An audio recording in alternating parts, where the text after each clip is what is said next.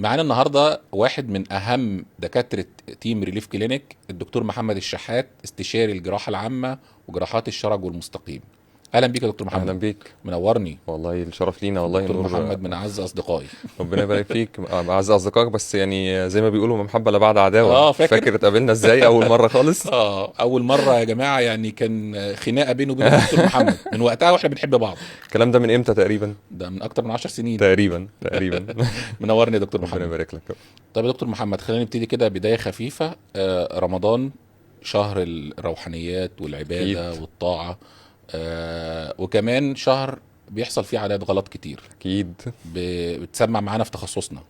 يا ريت حضرتك تكلمنا شوية عن رمضان وعاداتك في رمضان، وبعد كده نشوف العادات الغلط اللي معظمنا بيعملها بتؤدي لمشاكل تانية. كل سنه وانتم طيبين جميعا، طبعا بمناسبه رمضان ده وانت طيب يا اولا. دكتور محمد. طبعا رمضان يعني لما العيله المفروض ان هي راحه شويه من ضغط الشغل، بس الموضوع بيعدي كده اول اسبوع تلاقي العادات اللي متراكمت من بدايه رمضان سمعت عندنا احنا بعدها على طول. اه. يعني الناس المفروض الصيام شهر موصوف الناس تعمل فيه ايه. مم.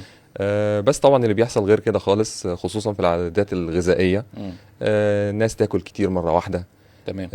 مفيش اهتمام بالشرب الميه. ده بيؤدي للامساك، اللي هو طبعا. اكتر مشكلة بتسبب امراض فيعدي الشرج. اول اسبوع من هنا مم. وتلاقي الامساك عمل التاثير بتاعه، والناس جايه بعدها بتشتكي طبعا. مم. نتيجه تراكمات العادات الخطا دي على مدار رمضان يعني من بدايته. طب يعني يا دكتور محمد، نقدر نقول ان المشكلة مش في الصيام، المشكلة في العادات الغلط اللي بتتعمل في رمضان. اكيد مش الصيام هو المشكله، مم. العادات الخاطئه مننا احنا في نظام الاكل نظام الشرب. مم. وسنه عن سنه لما رمضان بيقرب من الشتاء اكتر بنهمل اكتر، خصوصا في موضوع السوائل والشرب. مم. امساك يزيد اكتر، يعني طبعا العادات مننا احنا الخاطئه، مش في مبدأ الصيام نفسه. اكيد اكيد طبعا، يعني الصيام يعني في حد ذاته المفروض ان هو بيحسن اكيد عمليه الهضم والحاله الصحيه للشخص، اكيد مش العكس. اكيد. بشكرك يا دكتور محمد.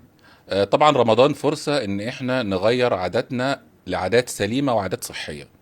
الصيام ورمضان مش للعادات الخاطئه والاكل والشرب بطريقه غلط، لا، رمضان فرصه ان احنا نحسن من عاداتنا علشان نوصل لصحه افضل.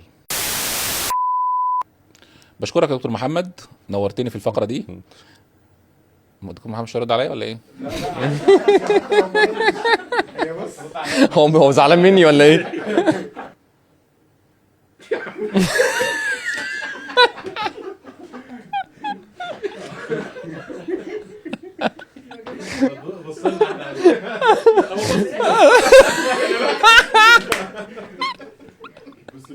انا باصص ميكروفون ومحول عليه اصلا.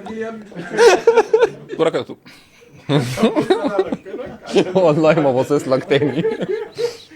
بص هو كده كده مش باين في الكاميرا. بالظبط، فمالك اقوم خالص.